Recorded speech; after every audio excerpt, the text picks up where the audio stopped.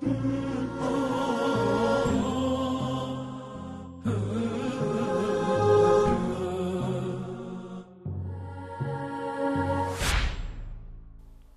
اللہ الرحمن الرحیم بہ نستعین وهو خیر معین رب اشرح لی صدری ویسر لی امری واحلل عقدۃ من لسانی یفقهوا قولی اما بعد۔ عزیزان گرامی قدر، معزز اور محترم ناظرین کرام، میں آپ حضرات کی خدمت میں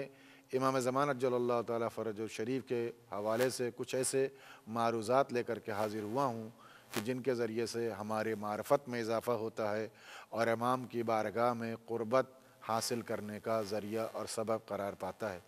ہمارا موضوع دوسرا یہ ہے کہ امام زمان عجل اللہ تعالیٰ فرج الشریف اور جناب آصف ابن برخیہ۔ جناب آصف ابن برخیہ کون ہے؟ جناب آصف ابن برخیہ جناب سلیمان علیہ السلام اللہ کی وہ حجت کہ جس کو اللہ نے ملک عظیم عطا کیا تھا، وہ نبی کہ جس کو اللہ نے بہت سی آیتوں سے سرفراز کیا تھا، اس نبی کے جانشین ہیں، اس نبی کے وصی ہیں۔ جناب آصف ابن برخیہ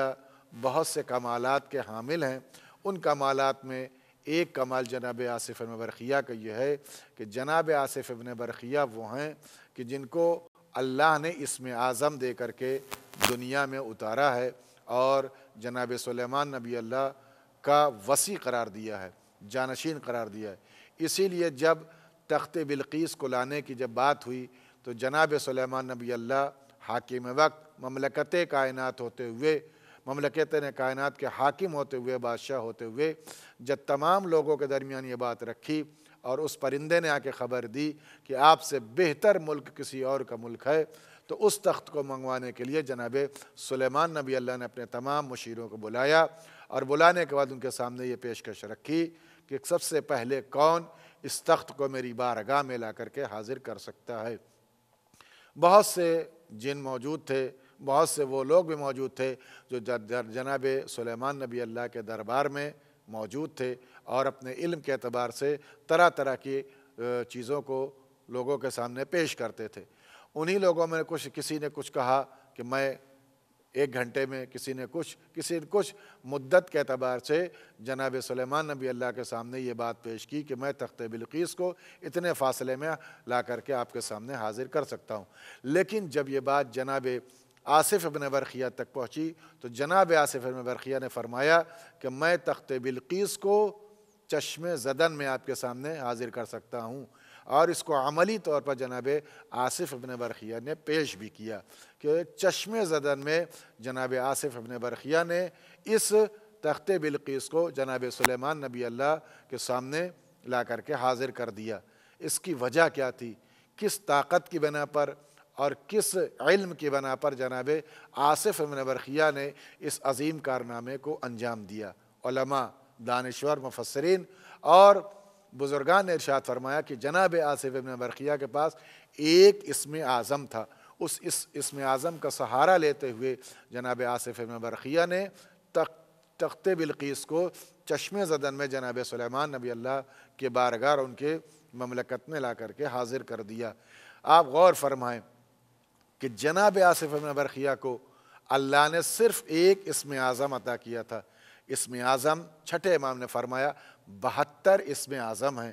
اور 72 اسم اعظم میں سے 71 اسم اعظم پیغمبر اسلام حضرت محمد مصطفیٰ صلی اللہ علیہ وآلہ وسلم کو خداوند عالم نے عطا کیا۔ آپ غور فرمائیں کہ ایک اسم اعظم کا اثر یہ ہے کہ چشم زدن میں وہ تخت بلقیس کو جناب سلیمان نبی اللہ کی بارگاہ میں حاضر کر سکتے ہیں، جس کے پاس 71 اسم اعظم ہے، اور وہ سارے اسم اعظم، وہ سارے علوم کہ جو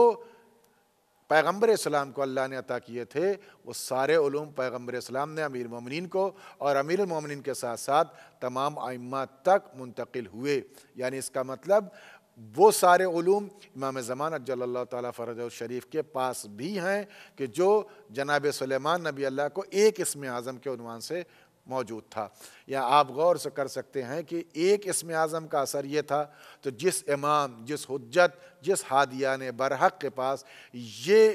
71 اسم اعظم موجود ہوں، وہ علم و کمالات کے کس منزل پر فائز ہوگا؟ میں نے آپ کی خدمت میں اس سے پہلے عرض کیا تھا کہ امام کے لیے علوم اہل بیت علیہ السلام کے جو مدارج بیان کیے گئے ہیں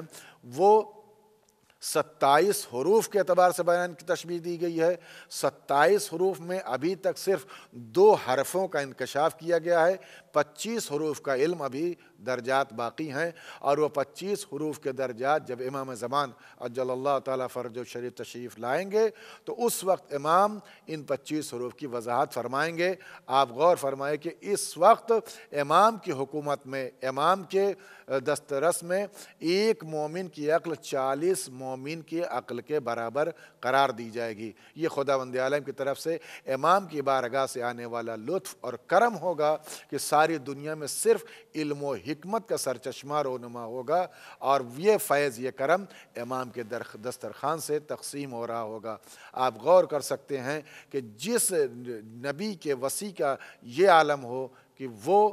تخت بلقیس کو چشم زدن میں حاضر کر سکتا ہو، تو وہ ائمہ خدا علیہ السلام جن کو اللہ نے تمام علوم پر دسترس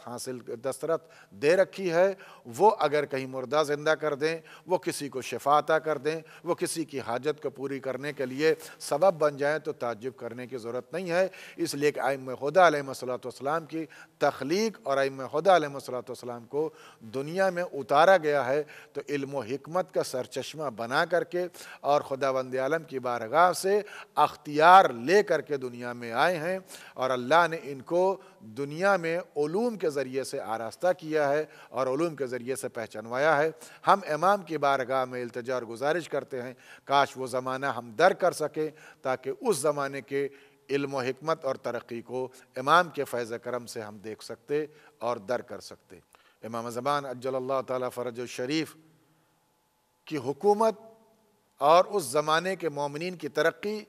اور اس زمانے میں کوئی ٹیکنالوجی نہیں ہوگی، جو کچھ ہوگا وہ امام زمان عجل اللہ تعالیٰ فرج الشریف کی برکت اور عنایت سے جو علم دنیا کو عطا کیا جائے گا وہ علم و حکمت کا دور و دورہ ہوگا۔ میں نے عرض کیا تھا کہ لوگ اپنے علم کا کمال دیکھتے ہوئے بادلوں کو بلائیں گے اور بادلوں پر سوار ہو کر کے اس مکان سے اس مکان منتقل ہو جائیں گے۔ یہ اس زمانے کے علم و حکمت کا کمال ہوگا کہ عزیزان گرامی اس سے اندازہ لگایا جا سکتا ہے کہ کتنی برکتیں امام کے نہ ہونے پر، پردے غیب میں چلے جانے کے اوپر ہمارے سامنے موجود نہیں ہے۔ جب آپ تشریف لائیں گے اس وقت ان تمام برکتوں سے دنیا کو سرفراز کر دیا جائے گا، اور دنیا کو پاک کرتے ہوئے ظلم و جور سے ہٹا کر کے عدالت کا دور و دورہ ہوگا، اور سارے زمانے میں صرف اور صرف انصاف ہی انصاف ہوگا اور خدا کی عدالت قائم ہوگی اس زمانے میں جب امام تشریف لائیں گے۔